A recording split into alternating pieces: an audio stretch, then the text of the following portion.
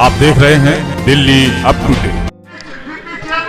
जहां पूरी दिल्ली में केजरीवाल सरकार के ऊपर दबाव बनाने के लिए भारतीय जनता पार्टी ने 13,000 करोड़ रुपयों की मांग के लिए आज अपने 272 वार्ड अध्यक्षों को मैदान में उतारा है।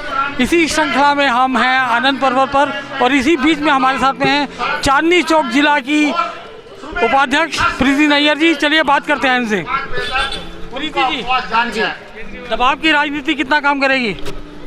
देखिए, दबाव हमारी तरफ से नहीं डल रहा है। हम लोग तो सेवा करते आए हैं। पहले राष्ट्र की सेवा को हमने सर्वप्रथम रखा हुआ है और आज हम सफाई कर्मचारियों, निगम के कर्मचारियों की सेवा के लिए यहाँ पर बैठे हैं कि उनका पैसा 13,000 करोड़ रुपए के लिए आज हमने उपवास रखा है।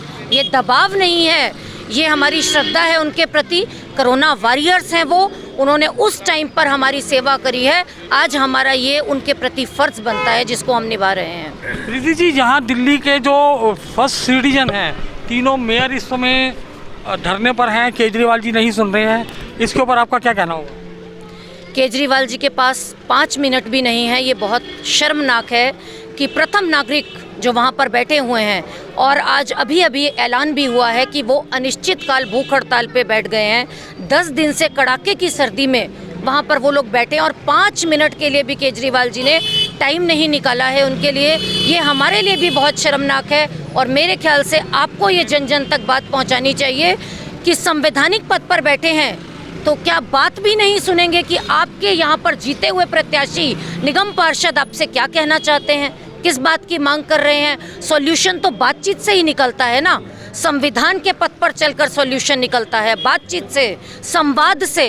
लेकिन वो ना संवाद करना चाहते हैं, वो केवल विवाद की राजनीति जानते हैं और इसलिए हम सब यहाँ आज उपवास पर बैठे हैं। प्रीति जी, आज हम चांदनी चौक के कई वार्डों में गए और हमें एक बहुत अच्छी लगी कि महिलाओं की उपस्थिति बहुत भारी संख्या में देखने को मिली है। महिलाएं हमेशा ही, मैंने आपको उस दिन भी कहा था कि जब हवन होता है तो आहुति डालते हैं हम लोग, तो महिलाएं हमेशा ही अच्छी संख्या में होती हैं। लेकिन आज उनके मन में भी बहुत पीड़ा है, इसलिए कहीं ना कहीं सड़कों पर निकल कर आकर हमारे साथ बैठी। और आपने मुझसे पूछा कि जो 2500 करोड़ रुपया का इल्ज़ाम लगा रहे हैं वो इसलिए पूरी तरह से निराधार है क्योंकि जो दिल्ली की सरकार है वो विज्ञापन की सरकार है और अगर उसमें ज़रा सी भी सच्चाई होती तो जो भी काम नहीं होते उसके भी विज्ञापन लग जाते हैं। तो इन्होंने जो विज्ञापन निकाला उसमें अपनी पार्टी का नाम या अपने मुख्यमंत्री की सो कॉल्ड जो इतनी बड़ी फ़ोटो देते हैं वो क्यों नहीं दी, ये प्रश्न हमारा भी है। और क्योंकि उनको पता है कि केस उन पर हो सकता है, मानहानि का दावा उन पर हो सकता है और हमारे लोगों ने बोला है, हमारे निगम पार्षदों ने, हमारे मेयर ने कि अगर उसमें ज़रा सी भी सच्चाई होगी तो हम इस्तीफा देंगे और अगर वो बात झूठ निकली तो मुख्यमंत्री अपनी गद्दी छोड़ दें।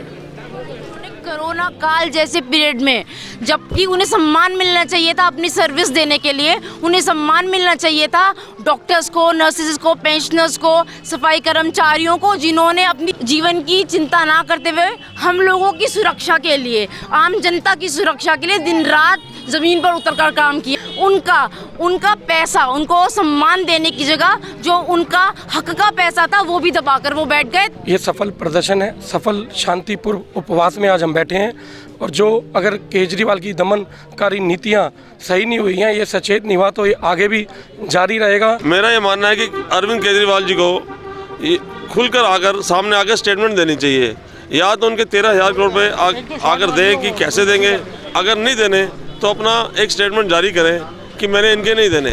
वो तो ऐसे बैठ गए अंदर जैसे उनको कुछ सुनाई नहीं दे रहा, आँख कान बंद करके बैठ गए। दिल्ली के चीफ मिनिस्टर हैं वो, दिल्ली के पूर्ण विकास के लिए उनको 13,000 करोड़ रुपये कर्मचारियों के वेतन के लिए भुगतान देना ही होगा। यानी कि लड़ाई आर पार की है और कुल मिलाकर अगर देखा जाए तो ये सारी रणनीति आने वाले सालों के अंदर दिल्ली नगर निगम के चुनावों को लेकर बनाई जा रही है। भारतीय जनता पार्टी ने केजरीवाल सरकार पर दबाव बनाने के लिए आज दिल्ली के अंदर विशाल स्तर पर धरना प्रदर्शन किया। देखते हैं ये आने वाले टाइम में कितना रंग लाता है।